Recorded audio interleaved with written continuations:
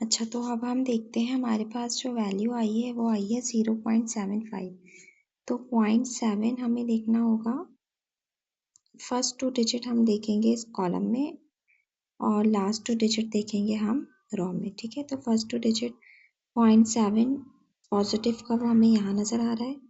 ठीक है, और 0.05 हमें यहाँ पे नज़र आ रहा है। तो अब हम देखेंगे कि इनके इंटरसेक्शन पे क्या वैल्यू लिखी हुई है। ठीक है, तो इनके इंटरसेक्शन पे लिखी हुई है 0.27। तो 0.7 पे गए और 0.05 यहाँ पे गए, तो हमारे पास आ रही है 0.2422।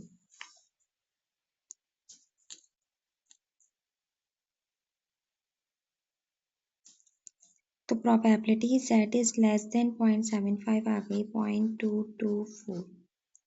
ठीक है, पेपर में आपके पास एक टेबल बना हुआ देते हैं वो आपको। ठीक है, और यहाँ पे आपको z के डिफरेंट वैल्यूज दे देंगे। ठीक है, फॉर एग्जाम्पल 0.75, 0.8, -0.80, -0.71, ऐसे कुछ वैल्यूज दे देंगे और यहाँ आपको प्रोबेबिलिटी लिख के दे देंगे। ठीक है, और अगर ऐसा नहीं हुआ तो आपको z टेबल देखना, हमने आपको बता दिया कि हम किस तरीके से z टेबल देखते हैं।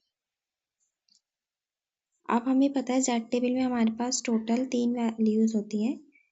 पॉइंट से पहले के जो 2 डिजिट होते हैं वो हम कॉलम में सर्च करते हैं और पॉइंट के बाद वाला डिजिट हम रो में सर्च करते हैं। तो यहाँ पे अगर हमारे पास एक वैल्यू आती है तो हमें पता है पॉइंट लगा के 0 बढ़ाने से वैल्यू में कोई फ़र्क नहीं पड़ता। अगर मैं लिखती हूँ -3.00, ये बराबर है -3 के, तो पॉइंट लगा के हम जितने चाहें 0 बढ़ा सकते हैं। तो हम क्या करेंगे, यहाँ से -3.00 पे जाएंगे, जहाँ पर भी आ रहा होगा 0 वाली, ये फर्स्ट वाला जो कॉलम है वो 0 वाला है। ठीक है, यहाँ में -3.00 पे मिल जाएगी और फिर +3.0 और 0 पे जाएंगे, यहाँ पे हमें मिल जाएगी वैल्यू। ठीक है, तो हम लिखते किस तरीके से हैं इसको, जब भी बिटवीन की प्रोबेबिलिटी आएगी तो यहाँ जो लिखा हुआ होगा वो b होता है और यहाँ जो लिखा हुआ होता है उसको हम लेट कर लेते हैं a के बाद। तो अगर आपके पास कोई भी वैल्यू लिखी हुई है बिटवीन में तो हम इसको लिखते हैं प्रोबेबिलिटी, पहले हम b वाले को लिखते हैं, बीच में माइनस का साइन लगाते हैं और फिर हम a वाले को लिखते हैं। ठीक है, तो इसी तरीके से हम यहाँ लिखेंगे z is less than 3.00 minus z is less than -3.00। दोनों के साथ साइन कौन सा लगेगा, लेस देन का लगेगा। बीच में कौन सा साइन आएगा, माइनस का साइन आएगा। और बाद वाली वैल्यू हम पहले लिखेंगे, पहली वाली वैल्यू हम बाद में लिखेंगे। और इन दोनों वैल्यूज़ को हम z टेबल से देख लेंगे और z टेबल से देखने के बाद इनकी प्रोबेबिलिटी लिखने के बाद दोनों को माइनस करवा के हमारे पास आंसर आ जाएगा। ठीक है, तो हम देख सकते हैं -3.00 पे जो हमारे पास वैल्यू आ रही है वो आ रही है, ये रहा -3 और -3 या -3.0 और ये रहा 0। ठीक है, इस पे जो हमारे पास वैल्यू आ रही है वो आ रही है 0.00135। ठीक है, ये वाली वैल्यू आ रही है 0.00135।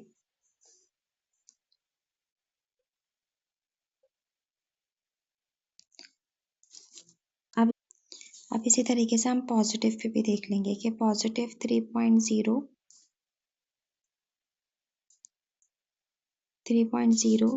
पे क्या वैल्यू आ रही है हमारे पास 0.4987। ठीक है, 0.4987, 0.4987। अब हम इन दोनों को माइनस करवा देंगे।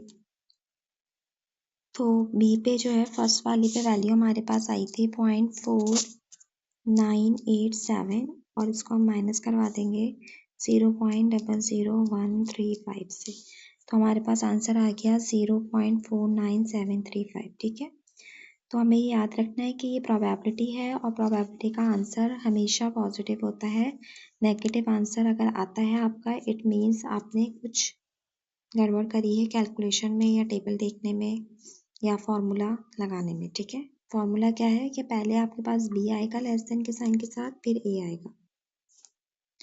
तो हमारे पास 3 पे आ गई थी प्रोबेबिलिटी, पहले हम b वाला लिखेंगे, फिर हम ए वाला लिखेंगे, दोनों को लेस देन के साइन के साथ लिखेंगे और बीच में माइनस साइन लगाएंगे। तो 3.00 पे हमने देखा था 0.4987 आया था और -3 पे 0.00135 आया था। जब हमने इन दोनों को माइनस करवाया तो हमारे पास आंसर आ गया 0.49735, ठीक है। और ये जो है वो पॉजिटिव है। उसके बाद एक प्रोबेबिलिटी और आ सकती है आपके पास और वो होती है अबव की, ठीक है। अगर आपसे पूछ लेते हैं अबव 13.5, ठीक है, तो चेंजेस क्या होती है यहाँ पर, ये पूरा काम सेम होता, बस यहाँ पे कौन सा साइन लग जाता है आपके पास, ग्रेटर देन का। यहाँ पे कौन सा साइन लग जाता आपके पास, ग्रेटर देन का। यहाँ पे कौन सा साइन लग जाता आपके पास, ग्रेटर देन का। अब फॉर्मूला क्या लगता, अब फॉर्मूला लग जाता 1 minus probability z is less than 0.75, ठीक है। यानी कि अब जो भी आंसर आएगा वो आपको 1 में से माइनस करके लिखना होगा, ठीक है। तो अगर आपके पास ग्रेटर देन की प्रोबेबिलिटी आती है तो आपको काम बिल्कुल वैसे ही करना है, बस आखिर में जाके इसको लेस देन में कन्वर्ट कर देना है, यानी कि 1 में से माइनस करा के। और अगर ग्रेटर देन की प्रोबेबिलिटी आती है तो 1 में से माइनस कराएंगे। अगर लेस देन की आती है तो 1 में से माइनस कराने की ज़रूरत नहीं है। और अगर बिटवीन की आती है तो z बनाने के बाद आप पहले b वाला लिखें फिर a वाला लिखें और दोनों को लेस देन के साइन के साथ लिखना है, क्योंकि हमारे पास जो z टेबल होता है वो लेस देन वाला ही होता है, ठीक है। तो इसलिए ज़रूरी होता है कि हम सबको लेस देन में कन्वर्ट करते हैं। अगर लेस देन में हमें गिवन ही है तो हमें कन्वर्ट करने की कोई ज़रूरत नहीं है, लेकिन अगर हमें गिवन ग्रेटर दैन में है तो हम 1 माइनस करके कन्वर्ट करेंगे, और अगर हमें बिटवीन में गिवन है तो भी हम 1 माइनस कर, तो फिर हम 1 माइनस नहीं करेंगे बल्कि ये वाला फॉर्मूला यूज़ करेंगे कि पहले बी लिखेंगे और फिर ए लिखेंगे, दोनों को लेस देन के साइन के साथ लिखेंगे और बीच में हम माइनस साइन लगाएंगे।